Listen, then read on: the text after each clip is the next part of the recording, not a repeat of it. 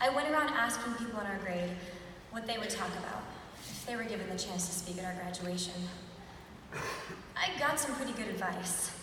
One person told me to channel my inner Mel Gibson, get creative with some more paint, and do a Braveheart speech. Multiple people asked me to invite our class president, Matthias Portzel, to come speak on the spot. I seriously considered that one. But in all seriousness, you guys really did say some profound things. People wanted to talk about the special bond our class has created. They wanted to thank the many teachers at our school who go out of their way to get to know each one of us. They wanted to tell their friends they couldn't have done it without them. I wanted to do justice to all these ideas, but pretty soon I realized a speech with 30 separate points wasn't quite going to fit the time frame.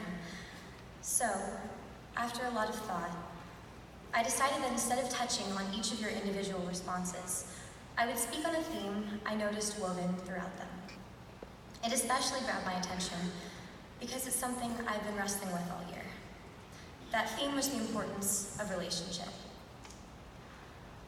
One day, about a third of the way through this year, I sat with my mom. We were researching our family tree. It should have been exciting, tracing my family's origins back as many greats as we could go.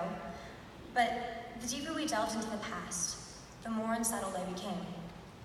3, 4, and 5 generations later, we were the closest living relatives of some of these people. Yet we knew little more than their names, their birthdays, and their death dates. It rattled something deep down in my soul. No matter how successful, wealthy, or intelligent someone had been, that person was ultimately reduced to little more than a name. It prompted me to reflect on my own life. At the beginning of this year, I committed myself to a sort of ridiculous amount of activities.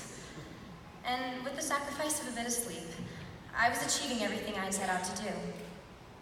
But reassessing my busy schedule through the lens of what would be valuable a few generations from now made me uncomfortable, to say the least. It made me wonder, was I really investing my lifetime in things that mattered? The more I thought about that question, the guiltier I felt.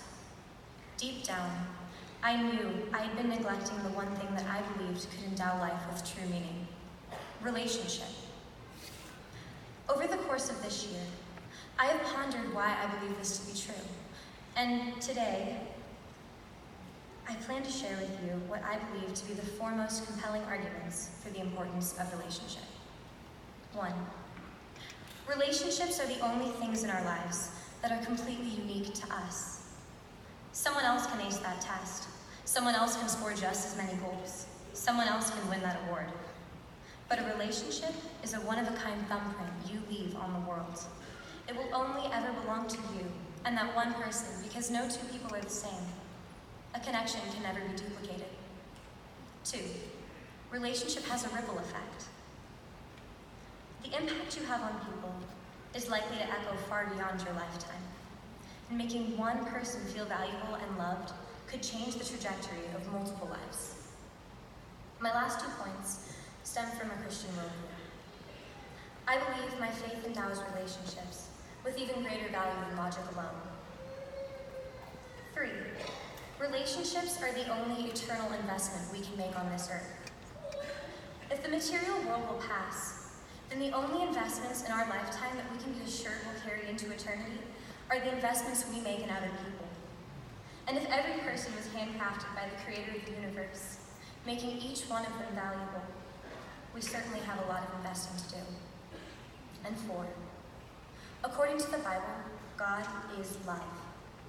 This means the opportunity to love others is the clearest window we have into understanding his nature. How can we truly know him if we have never loved? The number of times our class's responses mentioned relationships reminded me that we all value them. So why is it that I, and many others, find ourselves neglecting the relationships in our lives? Because we're caught up in a cycle of commitments and expectations. Honestly, I don't think it's entirely our fault. Our society tells us that success can be quantified, measured in numbers and percentages. To achieve this kind of success, we're invited into a never-ending cycle of occupation and told that relationships are simply interruptions. We are lauded for being the person who takes the shortest coffee breaks. We're told that success is having the highest GPA, the best follower-to-following ratio, the highest net worth. To stop ourselves from drowning in the illusion our culture calls ambition, we must reconsider the definition of success. Let a relationship be the first bullet point on your to-do list.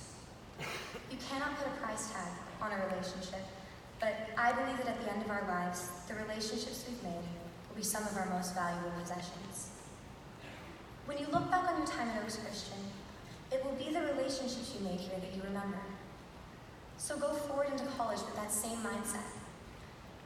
Even if it doesn't fit conveniently into your schedule, make the time to grab coffee with someone you sit next to in class. Get to know your professors a little better. Go out of your way to make your roommate's day a little easier. If you know me, you know I like to quote C.S. Lewis, so I'll end with this. The truth is, of course, that what one regards as interruptions are precisely one's life. Thank you.